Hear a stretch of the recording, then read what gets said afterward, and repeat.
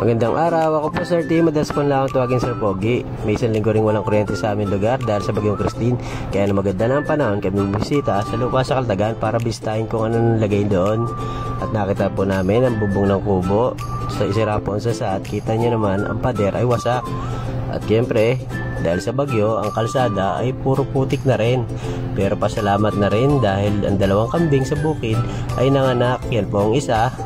At yun po yung isang inahin na nakatali, mayroon po yung isang anak. At nandyan rin po ang mga manok, intact pa rin po, marami pa rin po sila. At ang tanging nanama po sa bagyo at tuwan-tuwa ay itong si Rigor. Hanggang ngayon swimming pa rin sa baha.